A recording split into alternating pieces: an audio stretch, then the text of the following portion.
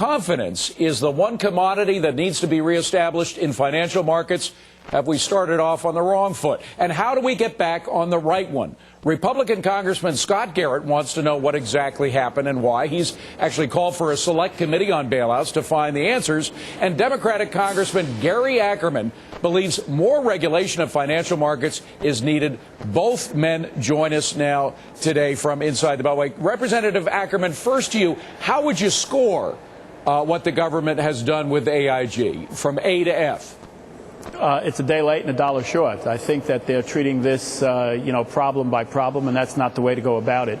This is a problem that's going to occur. It is systemic, and if we don't fix the system, if we don't remove the real problem and have some regulation and oversight, not over-regulation, not bad regulation, reasonable regulation. But be specific, Congressman, if I could get you to focus, what is the area that needs to be changed in our financial system?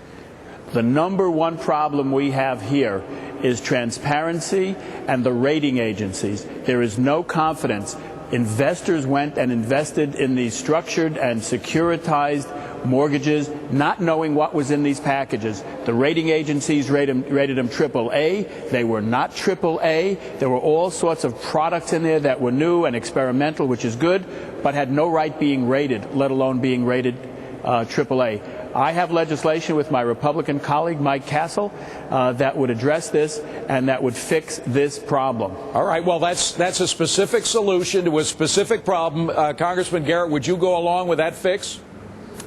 On the face of it, I would. I haven't seen the specific legislation that he's talking about. The issue of the rating agencies has been out there for a period of time now, for a long period of time. We saw it leading to the problems with the GSEs prior to this. It creates that situation where you have the conflict of interest of which side does really the rating agencies stand on. Just to be specific, by the way, the problem is that the rating agencies are paid by the people they are rating, so they might be more likely to give an A than a B or C. I see Congressman Ackerman nodding his head yes. Correct, Congressman?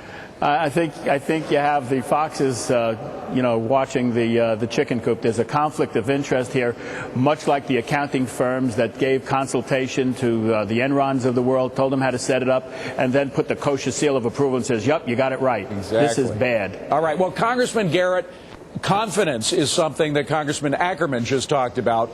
Confidence is not really restored if 1 hour the Fed and the Treasury are saying they're not going to do a bailout, and the next hour they announce $85 billion for AIG. That doesn't do much for confidence, does it? It doesn't. I mean, we've been getting mixed signals from the Fed and from Treasury from day one. And, of course, I always say day one is back when Bear Stearns happened. Bear Stearns happened. They said it was never happen again. GSEs happened. They said it was never going to happen again. This happened. And all along the line, the market is and investors are sitting on the sidelines saying, well, what will come tomorrow? Your opening question at the beginning of the program. And until we get the Fed and the Treasury to speak up from one page consistently on these things, we're going to have the same problems. And we also have to realize that everything they've done perhaps exacerbated the problem, but really has not gone to address the fundamentals. The bill that you just mentioned may be a good way to try to address some of the fundamental underwriting problems that are out there, so that's one notch. But the underwriting problems is just an element of it. And the other fundamentals, the fact that it comes September right now, we're at the height of the resets again, and the adjustable rate mortgages, you're going to see that 90, 120 days out. That has not been changed by anything that the Fed has done so far. Well, Congressman Ackerman, one thing that is a precious commodity, of course, it always has been, but particularly now, is time.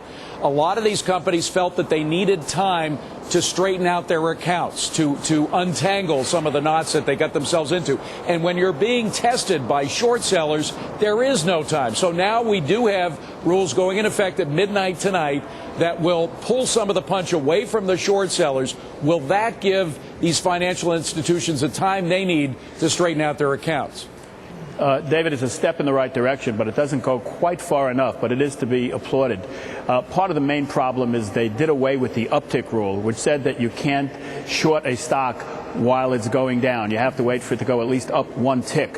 What now is happening is greed has taken over the entire system. We're a bit late on this, but the speculators and, more importantly, the manipulators can drive stocks down just at will to put a company into bankruptcy and control the market without any rhyme or reason except for pure greed. We have to be able to stop the short selling when it's going down. The naked short The naked short selling has been stopped now by this rule that goes into midnight, but the uptick rule that was good for 70 years should be restored. All right. Congressman Garrett, what about the idea of catch-up, that we are too late in solving some of the problems? Take AIG, for example. Yeah. They had all these positions they were trying to unwind, and again, because of the fact that they were being hit by the short sellers, they didn't have time to unwind them. If we had something like, for example, an RTC for financial institutions that had a pile of funds there so that a company that got in trouble would have the time to unwind their positions, is that what we would need to sort of have an upfront account that could be drawn from before these institutions are tested? Yeah, I know that is floating around the hill right now. I know Barney was talking about it. He's not married to the idea, but that idea has been floating out there. I was around back in the 80s, and I worked for a law firm that was dealing with the RTC at that time. I saw outside of our firm, of course, some of the problems with it, some of the abuses elsewhere with it. Obviously, we're dealing with a different type of asset here. There, you were just trying to get rid of strip malls and developments and what have you. Here, you're dealing with, as you say, different financial instruments and what have you. I'd have a real hesitancy about getting into this. For one main reason is to say that imagine what you would do. You'd open up the floodgates to the opportunity to say, we're going to take all this bad paper and put it into RCC and hold it for 5, 10, 15 years. I don't know that we have that much of a problem going forward if we can get through this hurdle at this point. Do some of the things that my colleague, which it seems like we're on the same page, are as far as to be implemented that we should have done years ago, and we may be able to weather this storm without going to another RTC. Yeah, but Congressman Ackerman, part of the problem is the Federal Reserve Board is now absorbing a lot of that bad paper, and their accounts are getting so flooded that, in fact, we get word today they're turning to the Treasury to put out some bonds, to put out some Treasury. Yeah. So when the Fed turns to the Treasury to do what the Fed is supposed to do, you know their own accounts are in trouble, right? You know, when we start bailing out the bailer-outers, we're all in big trouble. That's the problem here. The problem here is this is systemic. We can't just keep putting up piles of money to buy up the bad debt when the bad debt keeps on getting created. We have to be able to stop things, or at least let people have the transparency to see that within this securitized package, it's a bunch of mortgages that were sold to people who couldn't afford mortgages in the first place. They are subprime borrowers. People want to invest in that and make a lot of money speculatively. God bless them, let them do it. Yeah, but although Congressman Ackerman, I got to tell you that a lot of people look at what's in the package. A lot of people look at the housing bill just passed and say, "Hey, you guys just bailed out some of the people that were accepting the bad loans, like Countrywide." Well, you know, we don't want to put millions of Americans out on the street. We're up against a wall right now. We have to deal with two problems.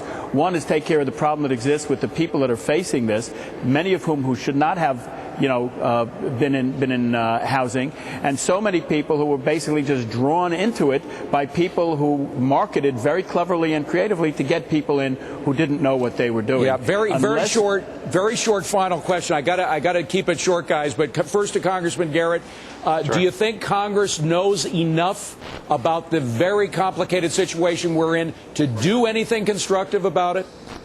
I think they can, right? That's why I set up the select committee to take a retrospective and a prospective, take a look at it and do it outside of the Financial Services Committee so we can bring in some other experts and other involved who are not necessarily part of the problem in the past. And Congressman Ackerman, I'm sorry to force this quickly, but again, the smartest minds on Wall Street screwed up big time here. What makes you think the minds inside the Beltway are smarter?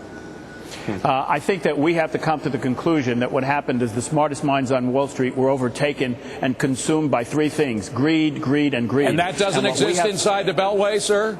What we have to do is we have to make sure that the administrative agencies of the president have to be in charge and make sure that the regulations are smart and enforced, and the regulations are the right regulations. That does not exist right now. Of course, by the way, Congressman, when we see sweetheart deals by Countrywide going out to congressmen and senators, we wonder whether greed is just limited to Wall Street. But we got to limit our discussion to this right here and there. Congressman Garrett, Congressman Ackerman, thank you very much for coming in, gentlemen. I appreciate it. Thanks so much. Well, is what the government did legal? And can they